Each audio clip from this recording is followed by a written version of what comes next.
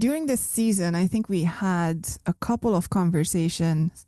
I think it was Stephen Wally who talked about some of the history of copyright on software, and I think Michael Dexter was also mentioning copyright and patents and how they are not always the best match in terms of software development and just the nature of software, how it just keeps continuously evolving.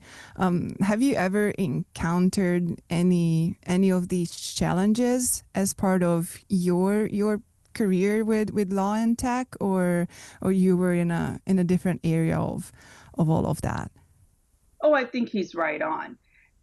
The tension between law and tech is a very real challenge because technology by its own nature is consistently evolving, but legal frameworks, whether it's legislation or even case law, take years to react to wherever the current state of technology is, or to be decided based on a set of very specific facts that inform whatever that decision is or whatever that holding from that litigation might be. So every time you encounter a new set of facts, you have to shoehorn that prior holding into this new rubric, or you have legislation that assessed the technology at the time but didn't necessarily anticipate where the technology was going next. So it's always this uncomfortable tension of trying to figure out where to chart your path. And software patents were really very much defining of that, correct? I mean, as far as not really knowing how to identify an invention in software other than through a process, for example. Right? And so that whole And this goes back decades. shoehorned, I think, is a good term, right? Because it was just didn't quite fit, but you know, the powers that be made it fit as best they possibly could with what they had to work with.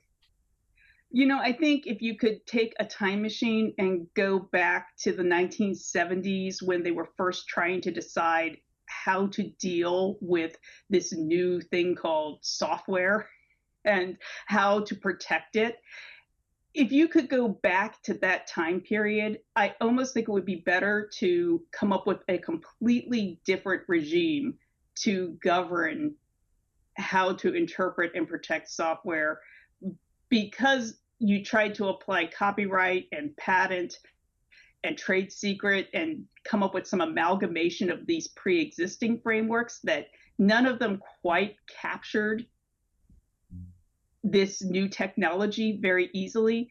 You've created a system that now has 50 years worth of case law and legislation that layers on top of itself to try and solve problems in the realm of protecting this stuff that never really was designed to do that in the first place.